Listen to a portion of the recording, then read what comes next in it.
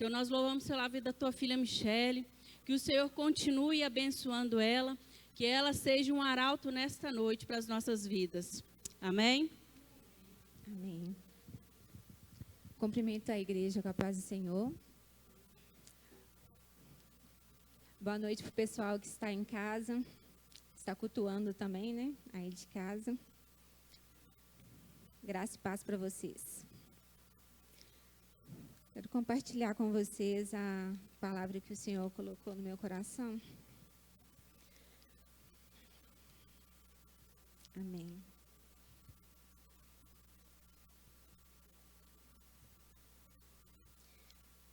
Queria que vocês abrissem em Mateus, no capítulo 16.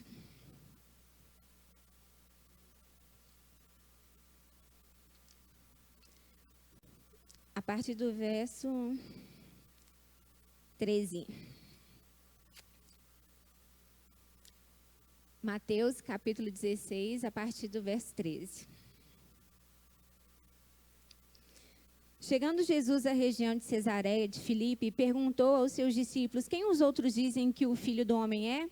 Eles responderam: alguns dizem que é João Batista, outros Elias, e ainda outros Jeremias, ou um dos profetas. E vocês?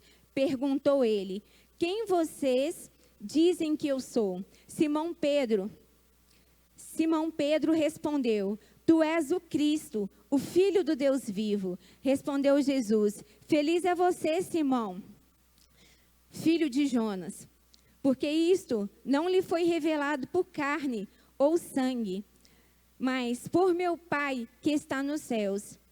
E eu lhe digo que você é Pedro, e sobre essa pedra edificarei a minha igreja, e as portas do inferno não prevalecerão contra ela.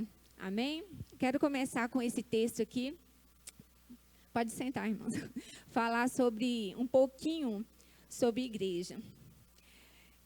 Eu queria refletir com vocês, nesse tempo de pandemia, vocês acham que Deus está preocupado porque as igrejas ficaram fechadas?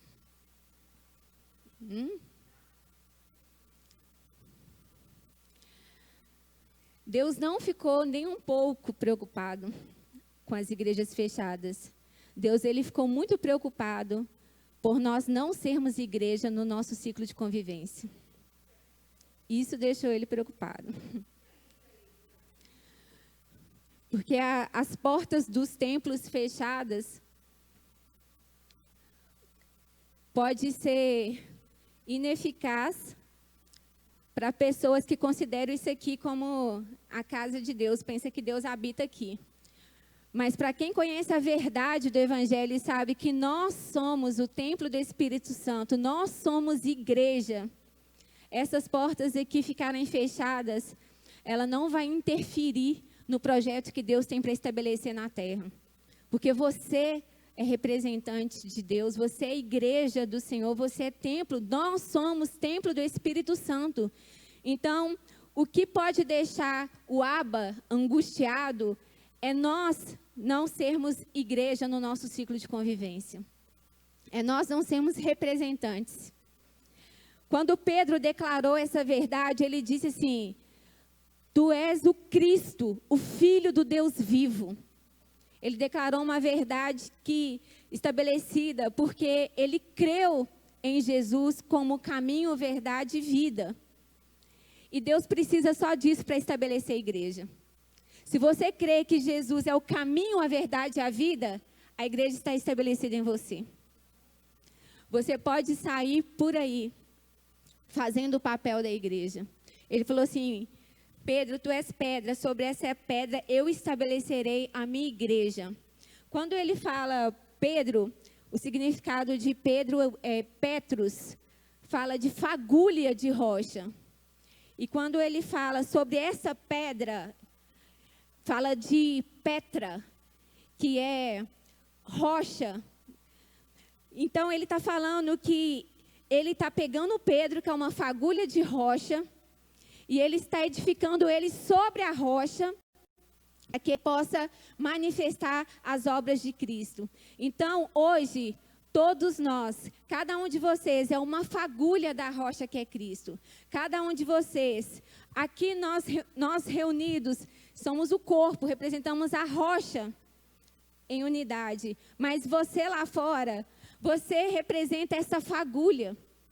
E a fagulha, ela proporciona o mesmo poder que tem a rocha.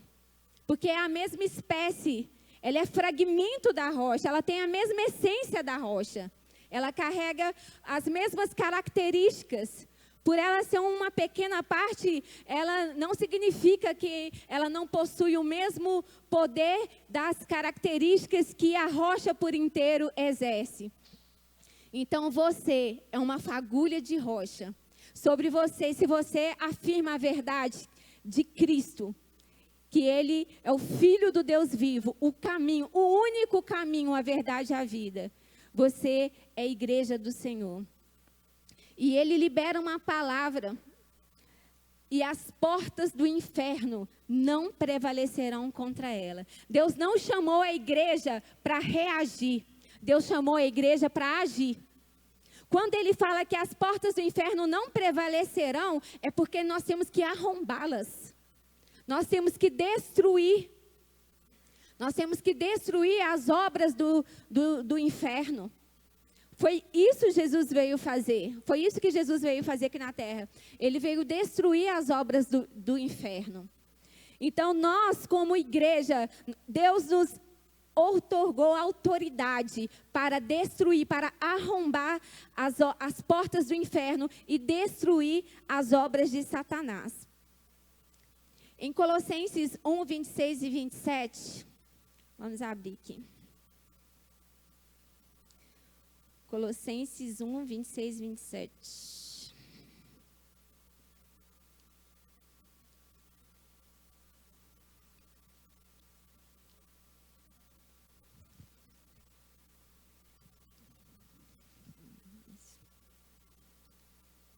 Se alguém achar primeiro aí, pode ler. Eu estou com a Bíblia da Emily, eu estou mais perdida. Achei. Colossenses 1.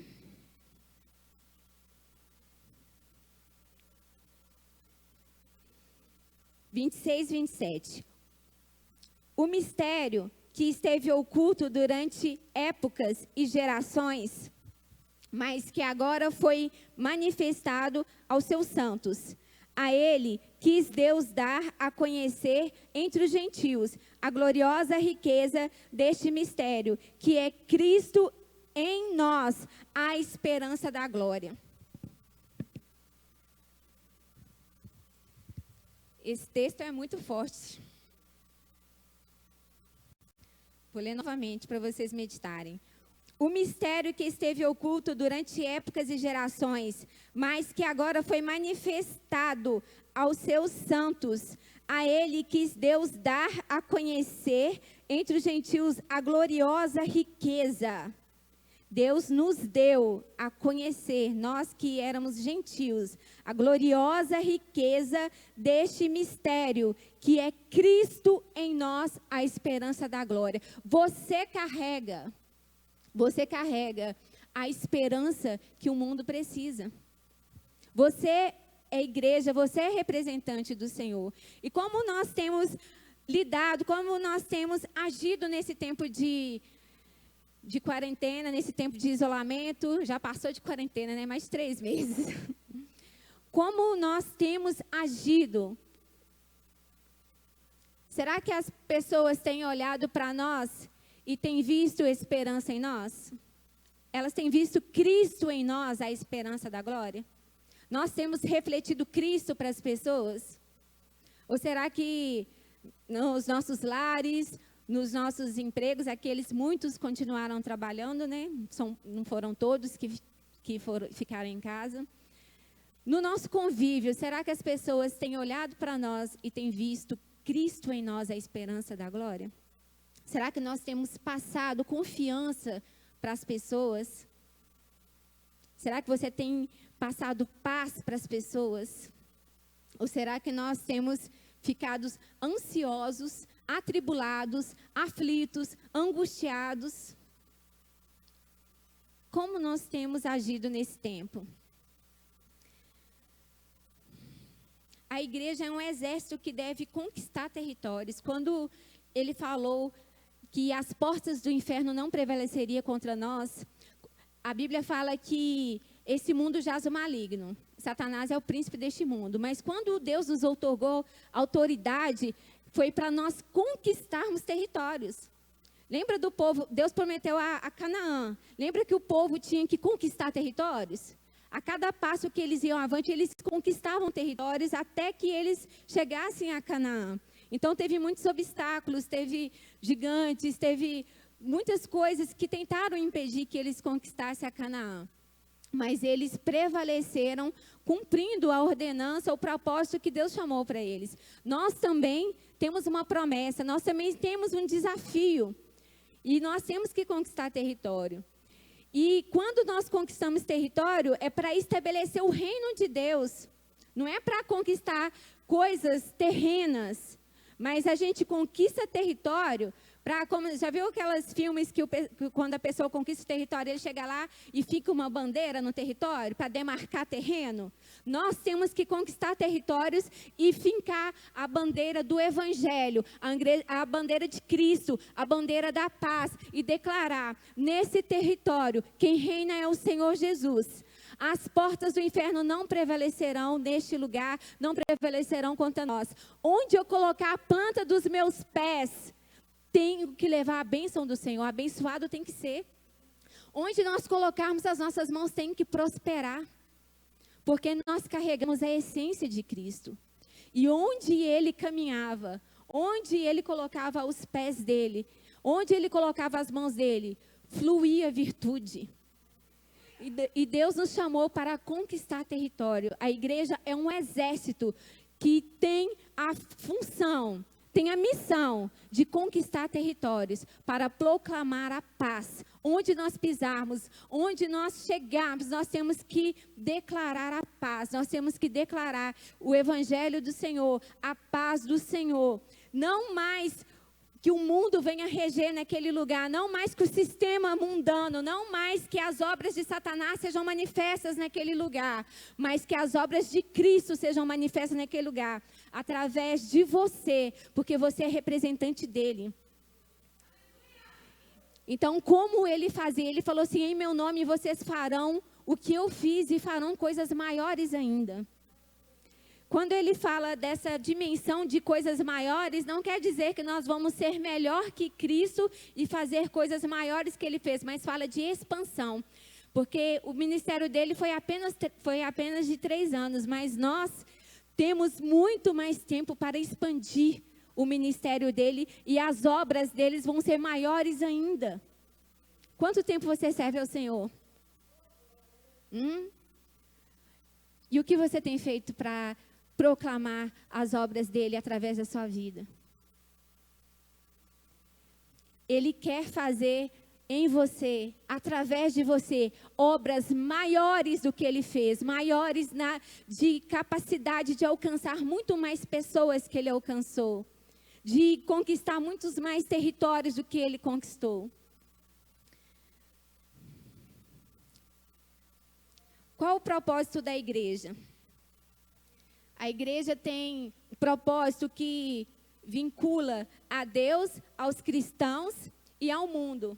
Quando se fala de igreja quanto a Deus, nós temos que adorá-lo. A função da igreja é adorar. Quando fala aos cristãos, a função da igreja é de edificar os cristãos. Nós temos que ensinar a cada cristão para que ele possa crescer na graça do conhecimento e se tornar maduros, para que ele possa prosseguir o ministério da reconciliação. Assim como nós fomos alcançados e crescemos na graça do conhecimento, nós edificamos outras vidas para que essas vidas também se amadureçam, cresçam e elas possam produzir aquilo que nós produzimos. Aquilo que Cristo produziu em nós, nós produzimos nas pessoas para que essas pessoas também prossigam esse ministério.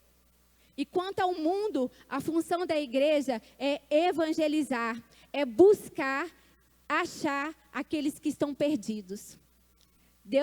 Jesus foi expressamente, ele declarou a missão dele: eu vim buscar e salvar aqueles que estão perdidos. Mas às vezes nós, a igreja, estamos tão preocupados com os nossos trabalhos pessoais, com a nossa vida cotidiana, ou até mesmo dentro da igreja, com funções eclesiásticas, que nós esquecemos de buscar e achar aqueles que estão perdidos. Nós não estamos cumprindo o propósito. São as 3 funções que a igreja tem: quanto a Deus de adorá-lo, quanto aos cristãos de edificar a igreja, e quanto ao mundo de evangelizar, buscar e achar aqueles que estão perdidos. Nós temos um modelo profético que Deus desejou para a igreja. Deus almeja que a sua igreja atue dessa forma. Está lá em Isaías 32. Queria que vocês abrissem a Bíblia. Isaías 32.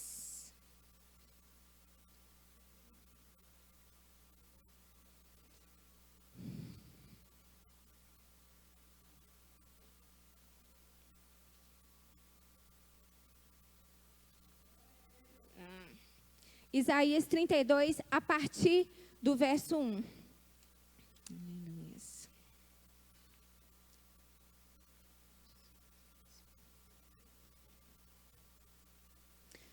Fala, o tema aqui na minha Bíblia fala o reino de justiça.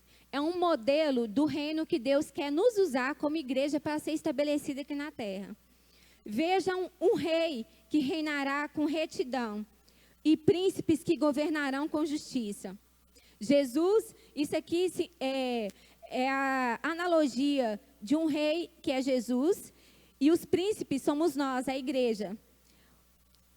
O rei que reinará com retidão e os príncipes que governarão com justiça. Isso que Jesus almeja, que nós sejamos príncipes que governem com justiça, debaixo da retidão dele, que é o rei soberano sobre nós. Verso 2.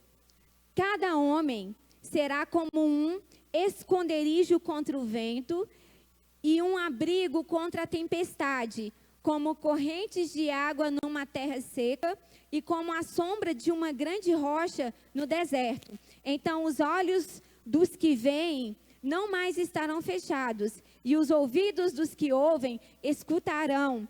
A mente do precipitado saberá julgar, e a língua gaguejante falará com facilidade e clareza. O tolo já não será chamado nobre, e o homem sem caráter não será tido em autoestima, pois o insensato não será tido em autoestima. Até aqui.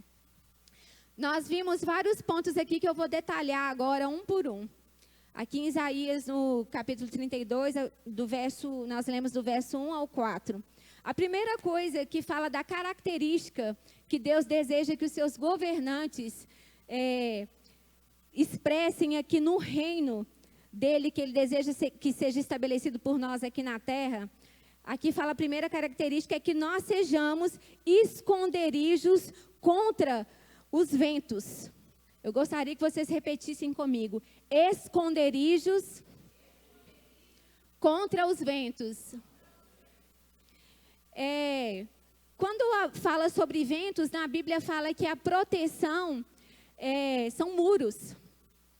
Nós devemos levantar altos muros para que seja protegido contra os ventos. Quando a gente está dentro de casa lá, né, a gente está escondidinho lá dentro dos nossos lares, tem os muros, tem as paredes, nós estamos protegidos contra o vento, não estamos? Agora, as pessoas, moradores de ruas, eles estão vulneráveis ao frio, ao vento, que estão danificando a saúde deles, eles estão expostos, estão vulneráveis a isso. Mas quando fala esconderijo contra os ventos, nós pensamos em muros de proteção. Essa é a primeira característica que Deus quer que nós sejamos no reino que Ele quer estabelecer através de nós aqui na terra. Muros de proteção para que ninguém seja levado com ventos de doutrinas.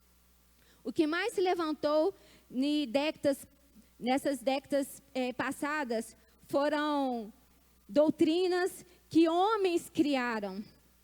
Igrejas e igrejas se abriram e homens estabeleceram doutrinas da prosperidade, né? Foi a que mais cresceu aqui no Brasil.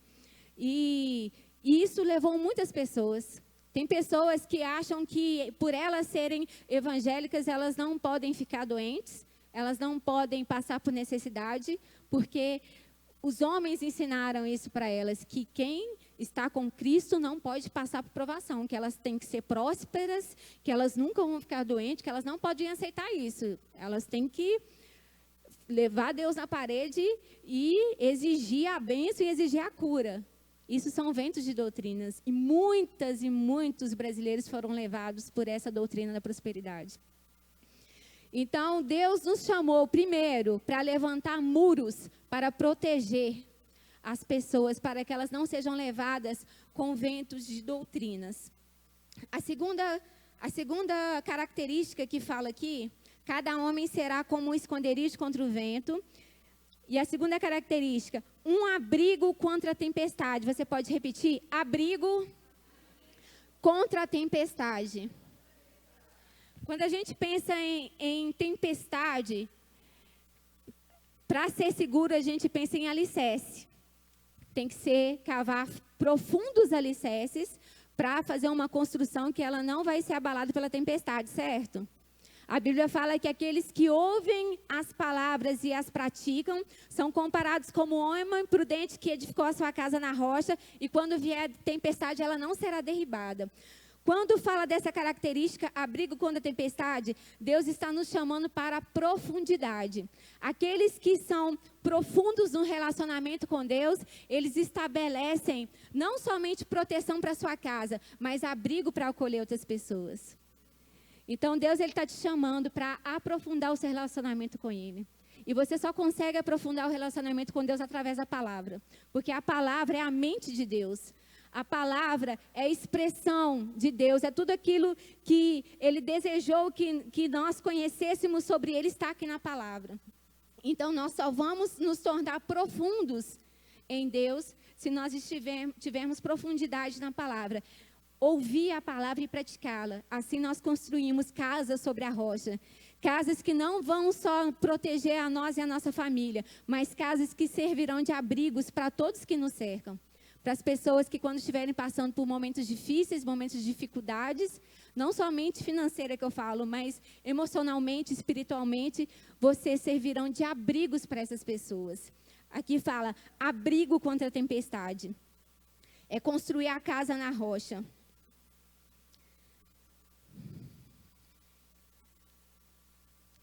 A próxima característica que fala aqui no verso 3, não, ainda está no 2.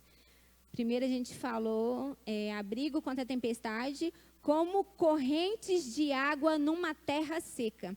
A terceira característica, torrentes de água em terra seca. Vocês podem repetir? Torrentes de água em terra seca. Quando a água, ela nutre uma terra seca, ela faz que aquela terra atinja o seu potencial máximo de produção. Quando a terra está seca, você pode lançar uma semente, você pode cavar, você pode lançar a semente, mas ela não responde. Você pode trabalhar, você pode dar o seu sangue naquela terra, mas ela não responde porque ela está seca. Mas quando nós derramamos água sobre aquela terra, nós nutrimos a terra e nós fazemos com que aquela terra atinja o seu potencial máximo de produção. Isso fala da característica que o Senhor quer de nós, dos seus governantes, para que a gente possa nutrir as terras secas, pessoas que estão desesperançosas, pessoas que estão realmente se sentindo como uma terra seca. As águas do Espírito Santo que está em nós, a palavra diz, aqueles que crêem no Senhor, no seu interior fluirão, jorrarão rios de águas vivas. Essas águas que jorram do nosso interior, elas são derramadas nessas terras secas e façam com que essas pessoas produzam, faça com que essas pessoas, elas cheguem ao seu potencial máximo de produção. A gente estimula a gente desperta essas pessoas ao seu potencial. Todos nós temos potencial para produzir, todos nós. Mas quando nós estamos secos, terra seca não produz. Precisa das águas do Espírito Santo para nutri-la. E você carrega o Espírito Santo. No seu interior jorra rios de água viva. Deus te chamou para ser torrente de água em terra seca. A quarta característica, que está aqui ainda no verso 2, é sombra de uma grande rocha em terra sedenta. Você pode repetir? Sombra de uma grande rocha em terra sedenta. Agora eu gostaria que vocês imaginassem uma grande rocha. E essa grande rocha, ela vai refletir uma sombra. Então, Deus está nos chamando para ser essa sombra dessa grande rocha. A grande rocha é Cristo. Né? Como eu disse lá no início, quando ele falou com Pedro, sobre essa pedra eu edificarei a igreja, ele estava falando sobre Petra, rocha. Ele é aquela rocha também que quando o povo estava no deserto, emanou água dela. Então, Cristo é a grande rocha, ele é a pedra fundamental. E essa grande rocha, ela reflete uma sombra. E essa sombra somos nós. Sombra de uma grande rocha em terra sedenta. Terra sedenta são pessoas que estão ali naquele sol escaldante, né? Que estão cansadas, pessoas que estão sedentas por Deus. Elas já experimentaram de tudo e nada saciou eles. Eles estão sedentos e você precisa ser essa sombra para eles. A sombra de Cristo, refletir Cristo para eles. Você vai representar o esconderijo do Altíssimo, para que debaixo das asas eles se escondam e descansem. Encontre descanso debaixo das asas do Onipotente, no esconderijo do Altíssimo. Você é essa sombra, porque você está seguindo a Cristo, e quem segue alguém reflete a sombra, está sendo a sombra dessa pessoa. Então você vai fazer com que essa pessoa encontre descanso para a alma. A igreja deve ser o reflexo de Cristo em suas atividades diárias. Quando a igreja age dessa forma, né, eu não falo somente nesse contexto aqui de templo, eu falo você como igreja. Quando nós agimos, né, vou voltar aqui uma por uma. Quando nós somos esconderijo contra os ventos, protejamos as pessoas dos ventos de doutrinas para que elas não possam se perder, se desviar. Quando nós somos abrigo contra a tempestade, nós temos profundidade, nós estamos estabelecidos na rocha. Nós não apenas temos proteção para a nossa casa, mas nós oferecemos abrigo para as pessoas.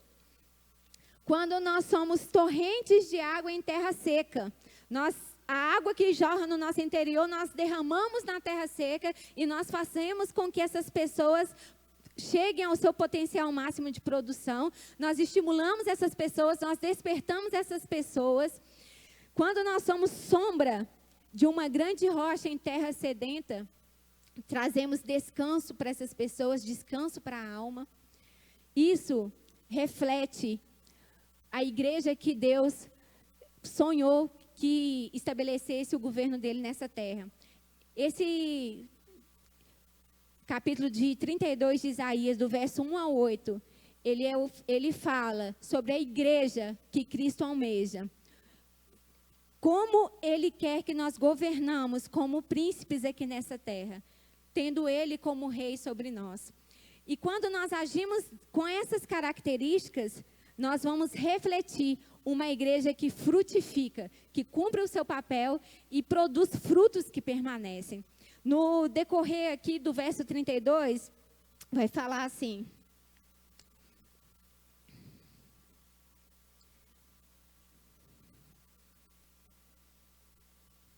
no verso 3. Então, os olhos dos que veem não mais estarão fechados. Esse é o primeiro reflexo, se nós agirmos com essa característica da igreja que Deus quer que nós sejamos, estabelecemos aqui. Essa é a primeira característica do reflexo que vai surgir. Os olhos, verso 3. Então, os olhos dos que veem não mais estarão fechados.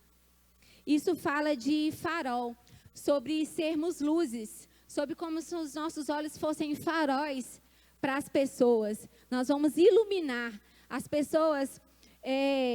No passado, Jesus falou assim: vocês viram, vocês ouviram, mas vocês não acreditaram. Eu fiz que vocês ficassem cegos e surdos, para que chegasse a plenitude do Evangelho chegasse até nós. Mas hoje Deus nos chamou, os gentios, para que a gente possa abrir os olhos daqueles que ainda estão cegos lá fora, aqueles ainda que mesmo vendo naturalmente, mas estão cegos espiritualmente.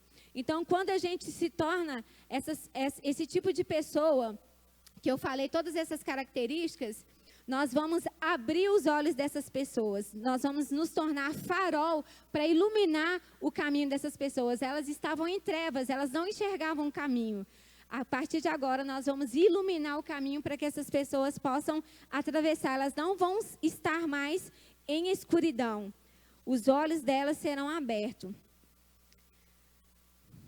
A próxima característica que vai refletir, ainda que no verso 3, fala que os ouvidos dos que ouvem escutarão. Parece redundante, né? Os ouvidos dos que ouvem escutarão. Mas é porque tem muita gente que escuta, mas não ouve. Tem muitas pessoas que escutam falar de Cristo tempos e tempos, mas não mudam a sua maneira de viver. Não mudam. Mas a Bíblia fala que se nós agirmos com essas características que eu acabei de falar, as pessoas às nossas voltas, as pessoas que convivem conosco os ouvidos dela vão se abrir.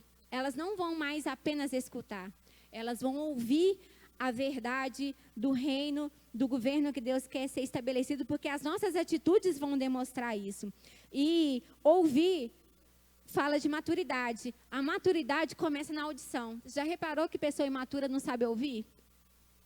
Ela não sabe ouvir, ela só quer falar, ela só quer debater, ela não sabe ouvir. Agora, o primeiro princípio de maturidade é saber ouvir. Você pode estar certo, você pode estar certo e a pessoa errada, mas você se cala, deixa a pessoa falar até ela cansar. A pessoa fala e depois que você ouviu ela falar tudo, você vai agir. A palavra branda desvia o furor. Então, quando nós agimos dessa forma, a gente produz o fruto na pessoa, entendeu? Então, a pessoa começa a saber ouvir porque ela viu esse fruto em você.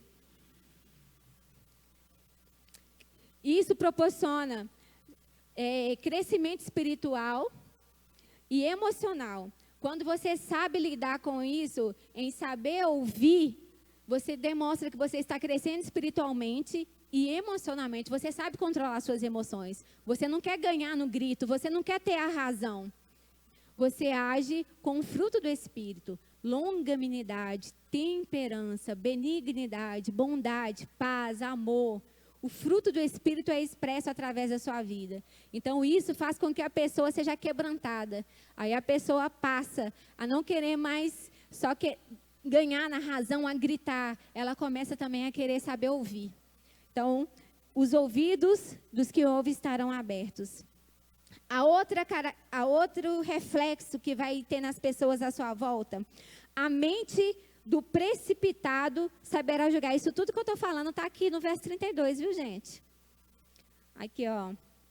A mente do precipitado, verso 4. A mente do precipitado saberá julgar. Os corações dos imprudentes compreenderão. Quando fala a mente do precipitado, fala de um coração imprudente. Já viu uma pessoa precipitada que não espera nada e ela já vai num rompante e faz e acontece? Então, quando você transmite as características do reino de Deus, você faz com que um coração imprudente, com que uma mente precipitada saiba compreender, saiba esperar, saiba analisar. Saiba o momento certo de falar, o momento certo de calar, porque você proporcionou esse ambiente através das suas atitudes. A próxima reflexo que você produzirá nas pessoas é a língua gaguejante falará com facilidade e clareza. É mais uma coisa que está escrita aqui no verso 32. A língua gaguejante falará com facilidade e clareza. Isso fala de ousadia. Deus transforma ambientes hostis em ambientes de graça. O que quer dizer isso? Pessoas que se consideram inúteis, pessoas que se consideram sem dom, sem talentos, pessoas que se depreciam. Quando elas estão no ambiente de graça, a unção de Deus, a graça de Jesus faz com que essas pessoas se tornem ousadas na presença dele. Sabe, todos nós, através da graça, através da unção do Senhor, nós fazemos coisas que nós nunca sonharíamos fazer. Nós agimos, nós podemos refletir coisas que Cristo nos chamou para exercer, que no nosso homem natural nós nunca imaginaríamos fazer, mas no sobrenatural, se você sair do seu natural e começar a viver o sobrenatural do Senhor, você fará coisas que muitos ficarão perplexos. Então, esse ambiente de graça faz com que a língua gaguejante falará com facilidade. Isso fala das nossas... A língua gaguejante é uma analogia das nossas debilidades. Não quer dizer que todo mundo tem dificuldade para falar. Mas isso é uma analogia das nossas dificuldades. Cada um de nós tem um tipo de dificuldade. Cada um de nós. Mas o ambiente de graça, ele proporciona habilidades. Ele faz com que fluam os dons espirituais e que os seus talentos naturais sejam aperfeiçoados. Cada um de nós também tem talentos naturais, coisas que você tem habilidade para fazer. Coisas que você já nasceu com uma habilidade para fazer. Mas no ambiente da graça de Deus, isso é aguçado, isso é melhorado. Ele é desenvolvido. A unção capacita e aperfeiçoa, não apenas os dons espirituais na sua vida, mas também os talentos naturais. E tudo isso é reflexo de quando a igreja está cumprindo o seu papel. Amém?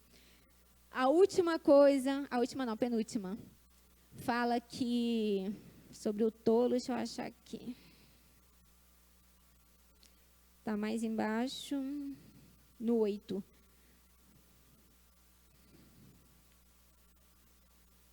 Ah, não, está aqui em cima ainda. 5. O tolo já não será chamado nobre, e o homem sem caráter não será tido em alta estima. Presta atenção, gente. A gente tem que refletir, prestar atenção no que a gente está lendo. O tolo já não será chamado nobre, e o homem sem caráter já não será tido em autoestima. Isso aqui está falando sobre o quê?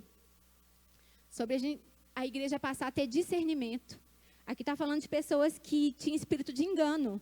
Aqui, o tolo era chamado de nobre, e o homem sem caráter era tido como autoestima. Então, quando a gente começa a estabelecer o reino de Deus, o reflexo é que não há mais engano na casa do Senhor. Não há mais engano, porque o espírito da verdade, do discernimento, ele começa a agir. E o engano, ele tem que cair por terra em nome de Jesus. Ele não prevalece. Não prevalece. A outra característica, aqui no verso 8.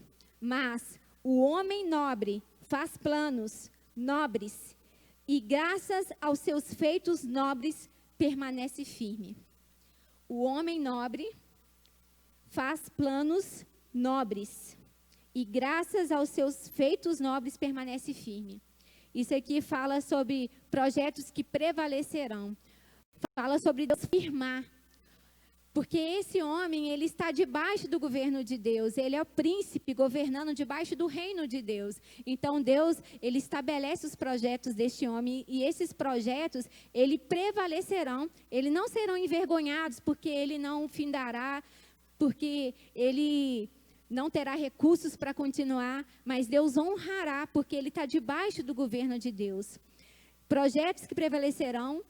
E nós também temos que formar pessoas que vão prosseguir os nossos projetos, sabe? Tanto aqui como o reino de Deus, estabelecendo aqui como igreja, aquilo que o Senhor colocou no seu coração, você tem que formar pessoas, porque vai ter dia que você não vai poder. Vai ter dia que que você não vai poder executar a sua função, então você tem que formar pessoas. Jesus, ele separou os 12 discípulos, foi com essa função. Ele andou com eles, caminhou com eles, ensinou eles, porque ele sabia que ele seria tirado dessa terra, mas que eles iriam prosseguir. Então, tudo que Jesus ensinou para eles, eles prosseguiram, eles alcançaram e eles foram extensão de Jesus. Jesus, quando ele foi assunto aos céus, ele falou assim: eu vos deixo o Espírito, o meu Espírito Consolador. Ele ensinará a vocês todas as coisas. Ele lembrará a vocês todas as coisas. Tudo que Jesus tinha falado, tudo que eles tinham vivenciado com Jesus, no momento que os discípulos precisassem, o Espírito Santo lembraria eles. Então, o Espírito em nós é a própria vida de Deus em nós. É Cristo em nós, a esperança da glória. Nós aqui somos o corpo de Cristo. Nós unidos somos corpo, cada um é um membro. Lá fora nós representamos no nosso individual o próprio Cristo. O próprio Cristo através de nós. Você é a extensão, as suas mãos é a extensão da mão de Cristo. A sua boca é a extensão da boca de Cristo. Os seus olhos. Então você não vive para você mesmo. Existe alguém que habita dentro de você. E você deve ser movido por Ele. Para Ele e para a glória dEle. Para estabelecer o reino dEle. Então, nós não devemos viver para nós mesmos, nós devemos exalar a vida dEle, deixar a vida dEle sobressair em nós. E quando nós caminharmos, sair dessas portas para fora, não sejam os nossos olhos, mas sejam os olhos de Cristo, olhos de compaixão, olhos que enxergam a necessidade do próximo e não apenas se compadece com pena, porque pena não move, mas compaixão. Compaixão move. Compaixão faz que você tenha uma atitude, porque você se colocou no lugar daquela pessoa. Compaixão é se compadecer, doeu dentro de você, você sentiu a dor da pessoa, então você vai se mover para fazer algo para aquela pessoa não ficar naquela situação. Foi o que o samaritano fez quando viu aquele homem no chão. A Bíblia fala que primeiro veio o sacerdote. O sacerdote passou de largo. Ele tinha acabado de fazer o seu papel, de cumprir o seu papel. Mas quando ele saiu das portas para fora de onde ele estava exercendo o seu papel e viu um necessitado caído, machucado, ele passou de largo. O levita que estava vindo atrás dele, eu quero que vocês reflitam numa coisa, o sacerdote refletiu algo para o levita. Porque o levita estava vindo logo após ele. Então, você pensa que aquele sacerdote poderia ter sido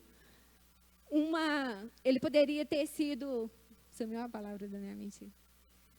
Ele poderia ter sido um exemplo para o levita, porque o levita estava vindo após ele. Se aquele sacerdote tivesse cuidado daquele homem que estava no chão, quando o levita viesse, ele ia encontrar o sacerdote abaixado, cuidando daquele homem, e aquele levita ia fazer o que ele estava vendo um sacerdote fazer. Mas quando o sacerdote passou, ele passou de largo. O levita também tinha acabado de fazer a sua função. Mas quando ele saiu das portas para fora, quando ele viu o necessitado, ele passou de largo. Mas a palavra fala que o samaritano, que ele não carregava a essência, ele não tinha palavra, ele não exercia um ofício na casa do Senhor, mas quando ele viu o necessitado, ele desceu do seu cavalo, ele pegou o que ele tinha, ele carregava vinho e ele carregava óleo. Quanto sacerdote levita não carrega vinho e óleo? Então, quando eles veem uma necessidade, eles têm que passar de largo, porque eles não têm provisão para o necessitado.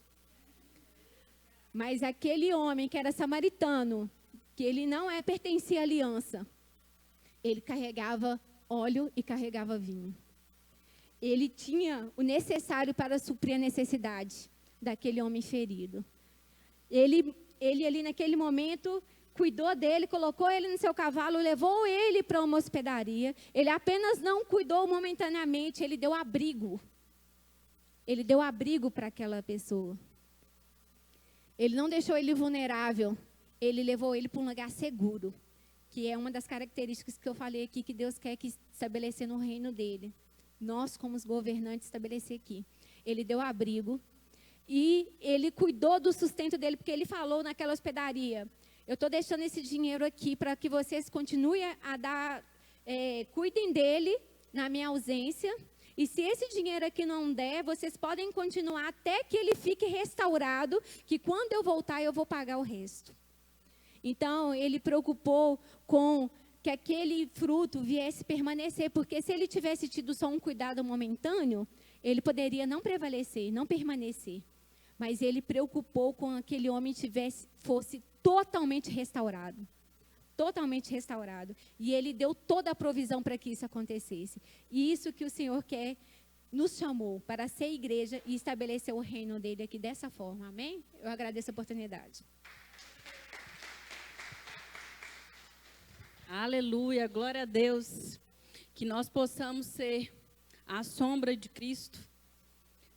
Amém? Que nós podemos ser, não só aqui dentro, mas lá fora também. Nós aprendemos, né? Todos os dias com o nosso pastor. Aleluia, louvado seja o nosso Deus.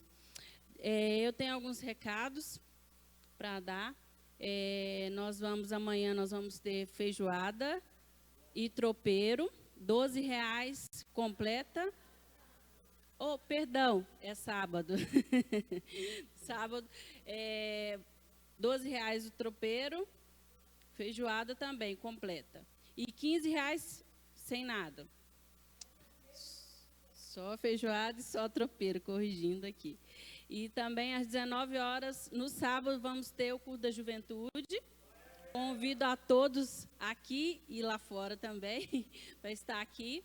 Nós estamos tomando todas as precauções, com máscara, com álcool.